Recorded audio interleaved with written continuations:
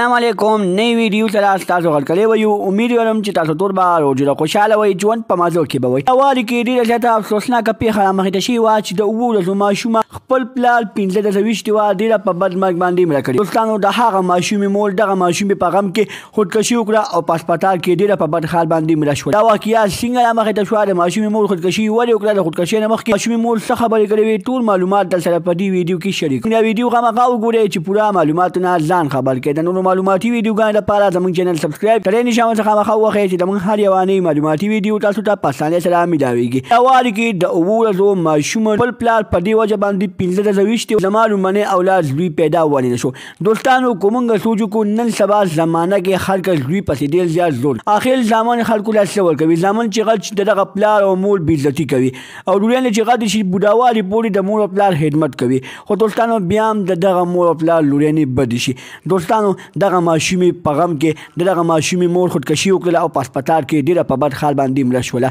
دوستانو دغه مړه کېدو نه مخکې حکومت ته یو بیان ورکړو ورته ویلې